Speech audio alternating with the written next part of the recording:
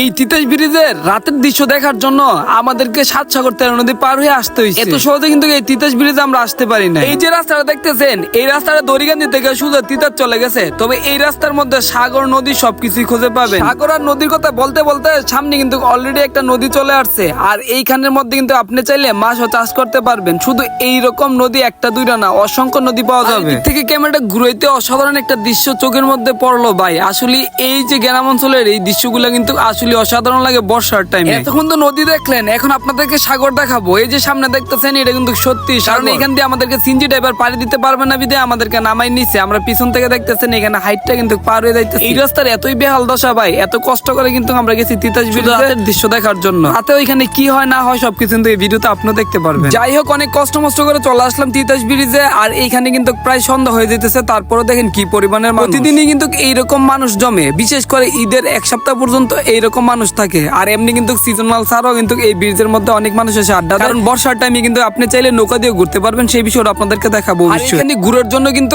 আশেপাশে যে থানাগুলোতে আছে বা দূর দূরান্ত থেকে কিন্তু অনেক মানুষ আসে, কারণ বিশেষ করে এইখানে নৌকা দিয়ে ঘোরা যায়। আপনি কোথা থেকে ভিডিওটা দেখছেন বা আপনি এখানে ঘুরতে আসছেন কিনা অবশ্যই কমেন্ট বক্সের মধ্যে জানাবেন। আর এই ভিডিওতে যে চেহারাগুলো দেখতেছেন বা মানুষগুলো দেখতেছেন, আপনার কি মনে হয় যে এইগুলো সবগুলো নাই? হচ্ছে একটা বাপ্পারাজ, কারণ একটু পরে আপনারা দেখতে পারবেন। যাই হোক, নৌকা ভাড়া করে চলে আসলাম নদীতে। আর এইখানে কিন্তু ভাই সত্যি অসাধারণ লাগতেছিল, কারণ এইখানের মধ্যে হালকা হালকা বাতাস আসতেছে। আর পানি থেকে যেহেতু বাতাসটা, সেই বাতাসটা কিন্তু অনেক ঠান্ডা। আর স্ক্রিনে যে বাইটিকে দেখতেছেন, সেই বাইটি মাঝে মাঝে গানও টান দেয়, কারণ তার মনের ভিতরে অনেক কষ্ট লুকিয়ে আছে। আর গার্লফ্রেন্ড নাকি তারে খেয়ে চলে গেছে।